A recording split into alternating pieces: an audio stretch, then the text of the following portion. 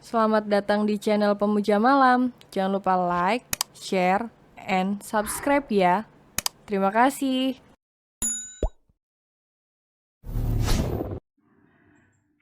Chapter 12. Merebut istri orang. Lingga masih mencoba untuk menyanggah apa yang diucapkan oleh Banyu dan mengatakan bahwa hubungannya dengan sang suami baik-baik saja. Ia berpikir Banyu akan mempercayai apa yang ia ucapkan, namun sepertinya tidak semudah itu. Banyu terkekeh geli. Ia seakan menangkap sinyal bahwa wanita ini mencoba untuk menyembunyikan sesuatu. Namun sayangnya aku jauh lebih percaya akan apa yang diucapkan oleh alam bawah sadarmu, sayang. Dan apakah kamu lupa bahwa wanita yang bisa mengeluarkan aku dari dimensi itu adalah wanita berhati bersih dan suci? Itu artinya kamu belum tersentuh dan terjam sama sekali. Lingga terhenyak, bibirnya pun hanya bisa menganga lebar. Astaga Lingga, mengapa kamu lupa akan hal itu? Jadi, mulai sekarang aku akan berusaha untuk merebutmu dari lelaki yang bahkan tidak bisa menghargaimu sebagai seorang istri. Ucap Banyu mantap yang semakin membuat Lingga kelimpungan akan apa yang harus ia lakukan. Bagaimana? Betul bukan bahwa kamu memang masih suci? Belum terjamah sama sekali. Senyum seringai terbit di bibir Banyu. Saat ini, ia benar-benar yakin bahwa Lingga tidak bisa mengelak lagi. Ia pun melangkahkan kakinya untuk mendekat ke tubuh wanita itu. Dan ia berdiri tepat di samping Lingga, sembari menatap aliran air sungai yang mengalir deras. Tubuh Lingga hanya bisa terpaku dan membeku. Bibirnya terkatup, tak mampu untuk berucap sepatah kata pun. Ia merasa sudah tidak bisa membantah ucapan Banyu, dan Lingga hanya bisa membuang nafas kasar. Bukan urusanmu, dan tidak seharusnya kamu mencampuri kehidupan pribadiku. Meski Banyu berada di sampingnya, namun Lingga tetap menatap ke arah depan, seolah abai dengan keberadaan pemuda ini. Ia berucap tanpa sedikit pun menoleh ke arah lawan bicaranya. Tentu akan menjadi urusanku, karena hal itulah yang akan semakin menguatkan tekadku untuk bisa menyelamatkanmu dari suami tidak tahu diri. Seperti suamimu itu, ucap Banyu sembari menatap wajah Lingga, meskipun tidak mendapatkan sambutan ataupun balasan. Suami tidak tahu diri. Bukankah di dalam perkara ini kamulah yang tidak tahu diri? Kamu mencium wanita bersuami adalah hal yang memalukan sekali dan tidak tahu diri. Seluruh Lingga masih tidak ingin kalah berdebat dengan pemuda ini. Hahaha, kamu salah besar sayang. Apa yang kulakukan bukanlah bentuk tidak tahu diri, tapi justru sebaliknya. Aku menciummu merupakan salah satu bentuk rasa syukurku atas segala keindahan ciptaan Tuhan. Bibir Lingga menganga lebar. Saat ini mau tidak mau, ia harus menoleh ke arah pemuda ini. Apa kamu bilang wujud rasa syukurmu akan keindahan ciptaan Tuhan? Bagaimana bisa?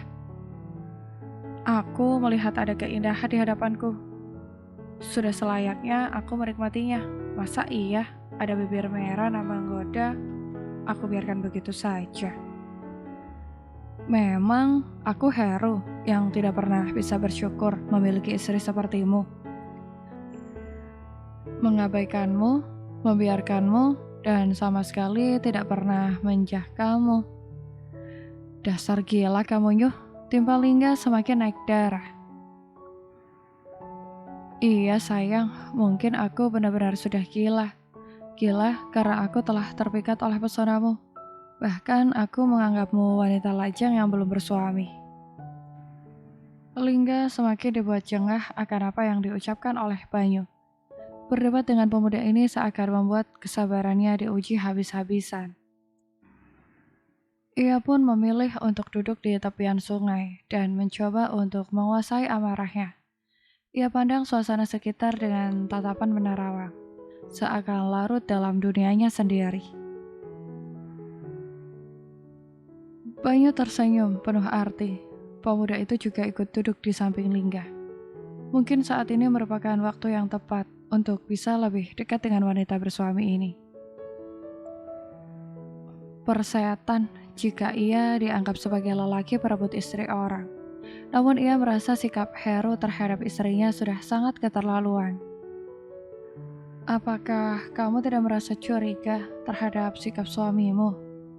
Ucap Banyu dengan nada kalem. Ia ingin sekali mengenal wanita ini lebih dekat lagi.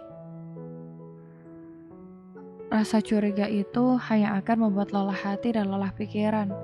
Jadi mengapa aku harus curiga? Dan apa yang harus aku curigai? Banyu berdecak kagum dengan apa yang diucapkan oleh Lingga. Ternyata hati wanita ini benar-benar bersih.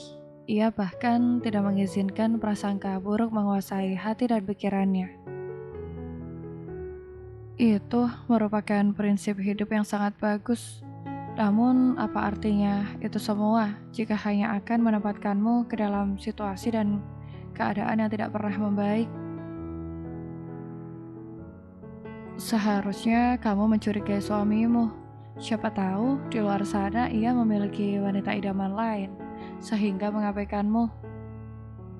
Itu bukan urusanmu, Banyu, dan tidak seharusnya kamu ikut campur. Ujar Lingga dengan nada sedikit tinggi. Banyu masih belum menyerah. Bagaimana jika aku berikan satu tawaran kepadamu? Dahi Lingga mengernyit. Tawaran apa? Jadilah pacarku. Jika suamimu bisa berselingkuh di belakangmu, kamu juga bisa melakukan hal yang sama, dan aku akan membantumu. Lingga melongo mendengar sebuah penawaran yang terlontar dari bibir Banyu, yang ia rasa begitu konyol. Lingga terperangah karena baru kali ini ia bertemu dengan seorang pemuda dengan karakter seperti ini. Benar-benar konyol kamu, Nyuh. Bisa-bisanya kamu menawarkan hal itu kepada wanita bersuami. Ngawur. Aku serius, sayang. Bahkan sangat-sangat serius. Aku yakin bahwa Heru berselingkuh di belakangmu. Maka dari itu, mari berpacaran denganku. Dengan begitu, kamu bisa membalas apa yang telah ia lakukan terhadapmu. Bidikan sorot mata Banyu tak terlepas dari bola mata bening milik Lingga. Sorot mata itu seakan berbicara bahwa apa yang ia ucapkan sama sekali bukanlah sebuah candaan. Ia menawarkan satu jalan untuk bisa melakukan hal yang sama dengan apa yang telah diperbuat oleh Heru. Lingga hanya mampu berdecak lirih. Ternyata pemuda ini masih belum mau menyerah untuk mengutarakan hal-hal konyol seperti itu. Jika aku ikut bermain api, lalu apa bedanya antara aku dengan suamiku? Itu berarti aku sama dengan Mas Heru yang mempermainkan sebuah pernikahan. Tapi sekali-kali kamu bisa melawan untuk membuktikan bahwa kamu tidak bisa begitu saja diremehkan. Dan aku bisa membantumu, sayang. Benar-benar sinting kamu, Nyuh. Menyesal aku menolongmu dari dimensi lain itu. Au, sakit sayang. Banyu memekik kesakitan sambil mengusap-usap kening setelah mendapatkan sentilan dari Lingga. Pemuda itu hanya bisa nyengir kuda setelah rasa nyeri terasa menjalar di kepalanya.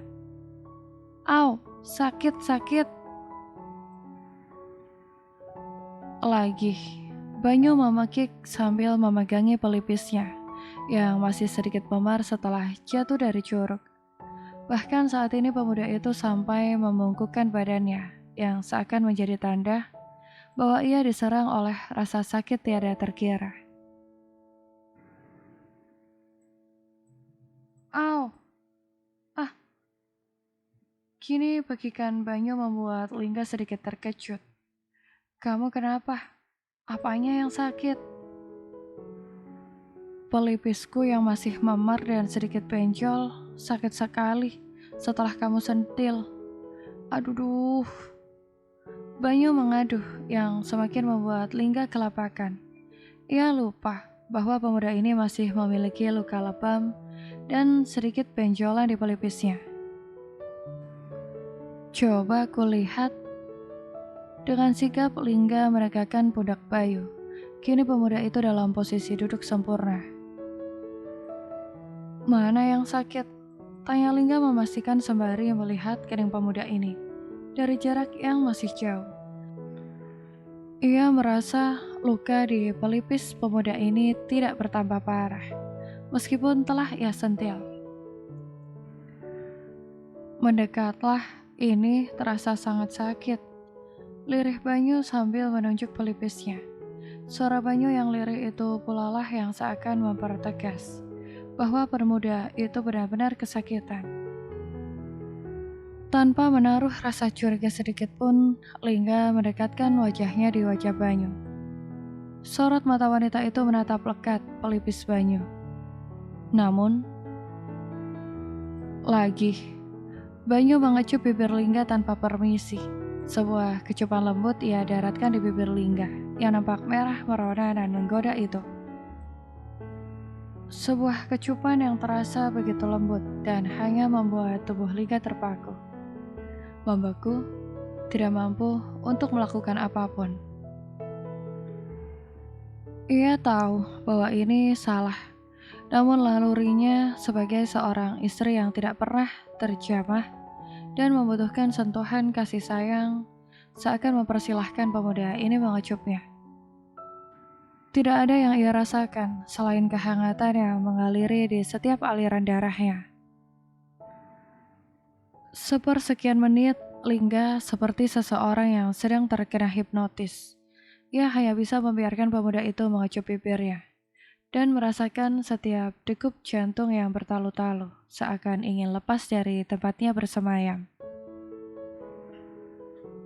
Ia mencoba meresapi apa yang sedang terjadi di dalam dirinya. Sentuhan hangat dari bibir pemuda ini benar-benar telah berhasil melumpuhkan syaraf-syaraf tubuhnya. Namun tak selang lama, kedua bola mata milik Lingga mengerjap, mencoba untuk meraih kesadarannya. Ia seketika berdiri, dan Banyu melepaskan pagut bibirnya. Ia rapikan anak-anak rambut yang sedikit menutupi kening Lingga. Pemuda itu tersenyum manis dan menampilkan dua lesung pipitnya. Aku percaya kamu tidak pernah menyesal telah menolongku untuk keluar dari dimensi itu. Mungkin dengan cara seperti itu, Tuhan membukakan matamu bahwa ada seorang pemuda yang jauh lebih pantas untuk menjagamu. Dan orang itu adalah aku, Lingga. Banyu. Tanpa ampun, Lingga menarik lengan tangan Banyu untuk membuat pemuda itu dalam posisi berdiri. Dan kemudian ia dorong hingga ia pun tercebur di dalam sungai. Rasakan kamu, Nyuh, itu akibatnya karena kamu sudah 2 kali menciumku hari ini. Dan itu kamu lakukan dengan cara mencuri. Dasar pencuri. Lingga berdiri dan tertawa puas sembari berkacak pinggang. Melihat tubuh pemuda itu sudah basah kuyup. Rasa-rasanya ia begitu puas melihat pemuda ini tercebur ke dalam air dan sedikit gelagapan. Banyu hanya mengusap wajahnya dengan santai. Pemuda itu masih bisa tersenyum, meski tubuhnya sudah basah kuyup. Aku tidak menyesal menjadi seorang pencuri, asal yang aku curi itu adalah rasa cintamu. Aku bahkan tidak akan pernah takut di penjara jika itu di dalam hatimu. Selamanya akan aku biarkan diri ini terpenjara di dalam sana. Dasar sinting. Jangan galak-galak sayang, nanti jatuh cinta beneran loh sama aku. Ucap Banyu memperingatkan sembari terkekeh pelan. Bersambung.